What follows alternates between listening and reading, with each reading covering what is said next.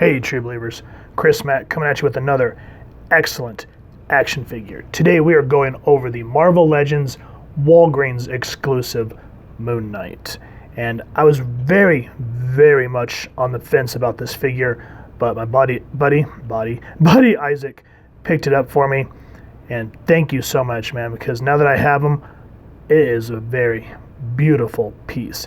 If you guys want to pick this up, like I said, it is a Walgreens exclusive, so you may have to check a couple of those places out, though I have not seen one in a minute, to speak like the young hip cats. But first and foremost, I would really suggest please supporting your local comic shop and see if anyone has traded one in, and if not, you're going to have to go the third-party route. You see here Marvel Legends, get the figure, love that Moon Knight logo there. Come to the top and you get that nice spot varnish Moon Knight logo there, which I think is very fancy. Come around to the side, again, another excellent artist rendition. I would very much like to find out who did that. Very nicely done. Come around to the back, and because it's an exclusive, there's no other figures from the wave, but there is a read-up, so I'll get a close-up so you can read it at your convenience. Come back around to the side, same artist rendition, nothing on the bottom. So with that said, is this figure awesome or not? So let's get Marc Spector out of his packaging and get a closer look at him. And here's Moon Knight out of the packaging and just looks absolutely amazing. I'm really surprised at how the silvers and the whites just work together on this figure, or how this nice white cape just reflects gorgeously in the light, as you can see here. There is so much to love about this figure. Like I said a minute ago, I'm so glad that I didn't pass up on it, because just seeing it out on the display stand like this, just a very nice figure. So let's get him off the spinner and get a closer look at him. Now, Moon Knight for me is one of those characters I really wanted to get into when I was younger, but his backstory is so convoluted, and it's the downfall of comic book characters being so old, is it's hard to figure out where the jumping on point is. For those of you that do kind of know him or want to jump into him, his first appearance was Werewolf by Night number 32 from August 1975. And his quick backstory is Marc Spector was a mercenary who turned on his partner, who was a violent criminal or mercenary along with him, called Bushwhacker. And Marc died. They were in Egypt. He crawled to this ancient Egyptian statue or temple and died at the foot of a god named Khonshu. And what happens is he's reborn, and he becomes the vigilante Moon Knight, or as they also call him, the Fist of Khonshu. And this kind of reminds me of a mixture of Spawn and Batman, because Al Simmons was a mercenary who died, made a deal with the devil, and came back.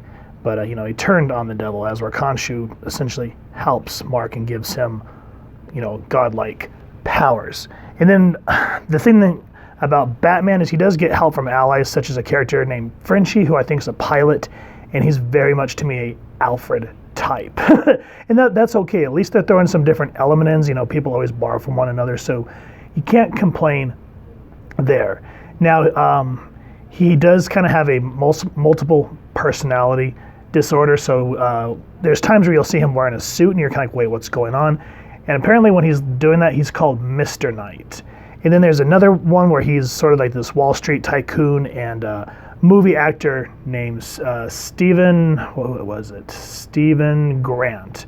And this Stephen Grant, or Bruce Wayne, finances Moon Knight, so he gets all his vehicles and weapons and whatnot. So I kind of like what Marvel did. They sort of took a Batman character and made this Moon Knight.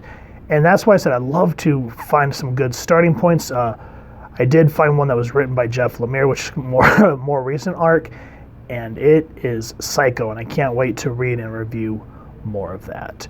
Now, with his backstory out of the way, let's look at the accessories that this character comes with. He does come with a second head, which is kind of cool. It kind of has that, the black face with the white hood, and just like with the hood that he's wearing, the nice details of where it would actually droop.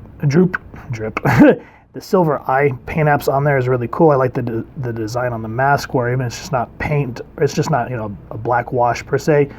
You can actually see where the what do you call it? The leather or whatever it is would wrap on the face, around the nose and the mouth and the eyes. So very well done attention to detail. I still like the traditional white mask, but I like that you get this option. That's very cool. He does come with kind of open hand fists, and closed fists. So let me get more of a focus on these fists for you. I think that's the best we're gonna do. So at least you get some boxing ones, and I like the wrap here where it looks like a moon on his hand. So that's kind of a nice addition. And then he comes with a bow staff, which I think is the coolest accessory that he comes with. And in this sense, like I said, how he reminds me of Batman, that kind of reminds me of a Tim Drake type character where Tim always rocked the bow staff, and that's kind of what we get here. Very nice pearlescent white. I like the divots in between, just a very nice addition for this character. He also comes with several, I don't know if you call them moon blades, or I'm just going to call them batarangs because that's what they remind me of, but they're in the shape of moons.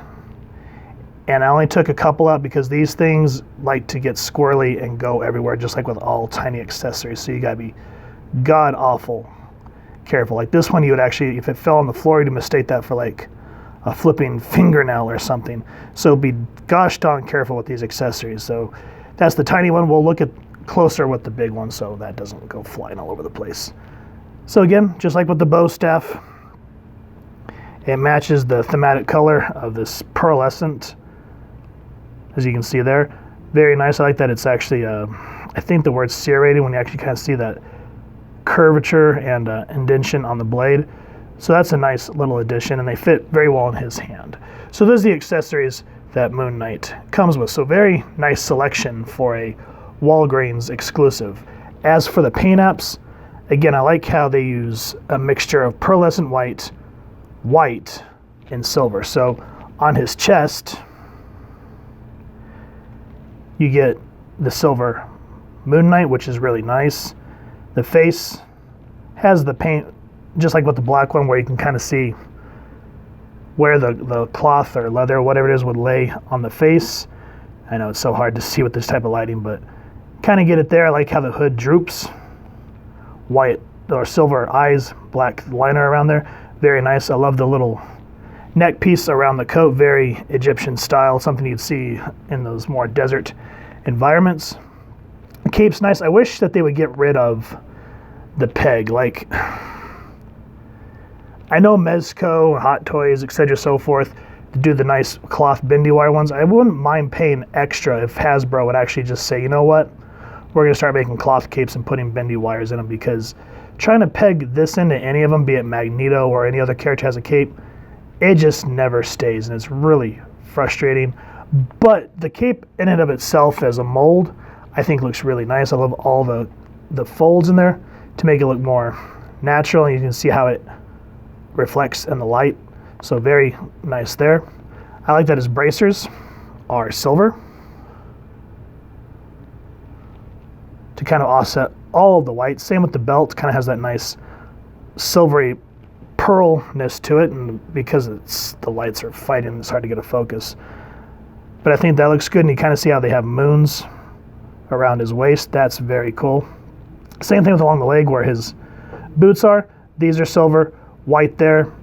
And that's all the paint apps that this figure has. And this kind of reminds me of one of those instances where less is more. And because they utilized black, silver, pearl, and just straight up white, I think it makes it for a very nice looking figure. Now, he's a very bendable character, so I'm thankful for that. So we'll start with the head. Can go down that much.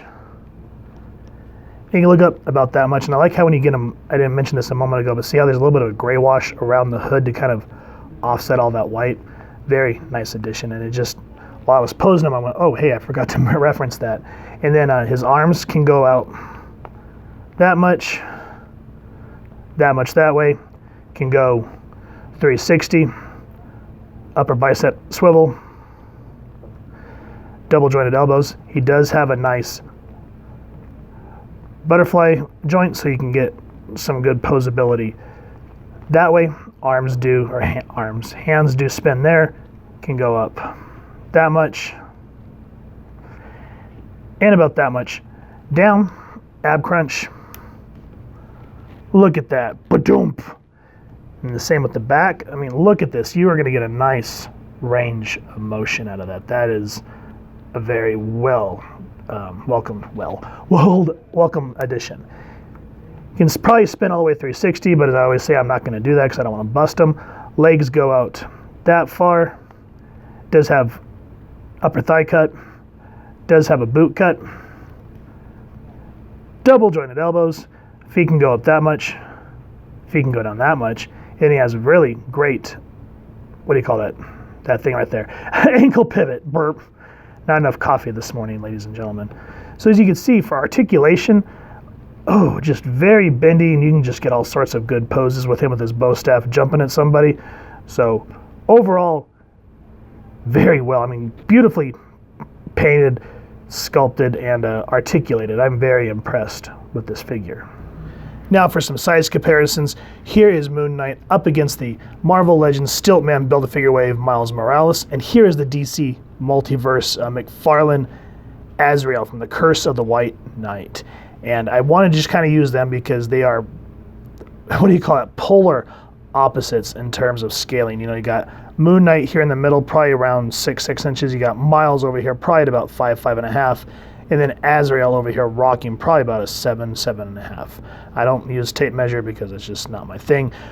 But what I want to show here is I'm glad the attention to detail in terms of scaling, because in the Curse of the White Knight, Azrael is a giant. Moon Knight is a normal sized human being. And then Miles, when this Into the Spider-Verse came out, he's probably like, what, 14, 15, maybe even 16 at this point. So I'm glad that both Hasbro and McFarlane are paying attention to scaling. Granted, you know, McFarlane's doing the larger size scale figures, but that's okay. That's like a whole nother universe. But just think of this like as a Build-A-Figure. Say like Strong Guy, etc. so forth. You put these on a shelf, scaling is not going to be a problem because everyone is at their proper height. Same thing with photography. You know, if you don't like how tall someone is or too short, just play with the depth of field and you're going to have an absolute blast with these figures. Let me know what you guys think of all three of them down in the comments below because I'm excited for them and I cannot wait to get my reviews out on these two bad boys. This is an absolutely gorgeous figure, guys, and a must-have. I'm glad that I decided to grab this from my buddy when he found it for me. At first, as I said, I didn't want this because I didn't know a whole lot about Moon Knight. But now, after kind of digging into his back history, kind of reading some of Jeff Lemire's run on Moon Knight, looking at Ed Brubaker's run, and then just seeing this figure, it makes me want to go eat up as much as I possibly can about this character. Because again, I feel like some of these lower level characters, not lower, but you know, you can call them B, the street level fighters, they don't get as much, what's the word I'm looking for, like pizzazz is like the main, like Avengers, Spider-Man, X-Men. Moon Knight deserves his place in the Marvel universe. And you know, if they make the MCU movie for Disney Plus, it's going to just increase his popularity. So I'm on board with Moon Knight. This figure rocks. I highly recommend that you all try to grab this wherever you can find it. So as I just said, if you have enjoyed this figure, please first and foremost support your local comic shop and see if anyone has him in stock. If not, then you're going to have to go through the third-party route, the aftermarket, which, good luck. If you've enjoyed this figure, this review, we'd very much appreciate if you take a moment to hit like, share, and subscribe. Helps the club channel more than you could possibly know. And if you wouldn't mind hitting that fancy little moon bell next to subscribe, that way as we continue to upload content, you guys will get notified.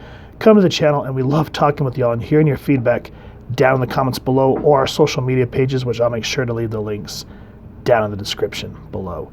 So with all that said, thank you so much for stopping by. Photo slideshow coming up next, and I hope y'all continue to have an absolutely amazing day reading, and happy hunting, true believers.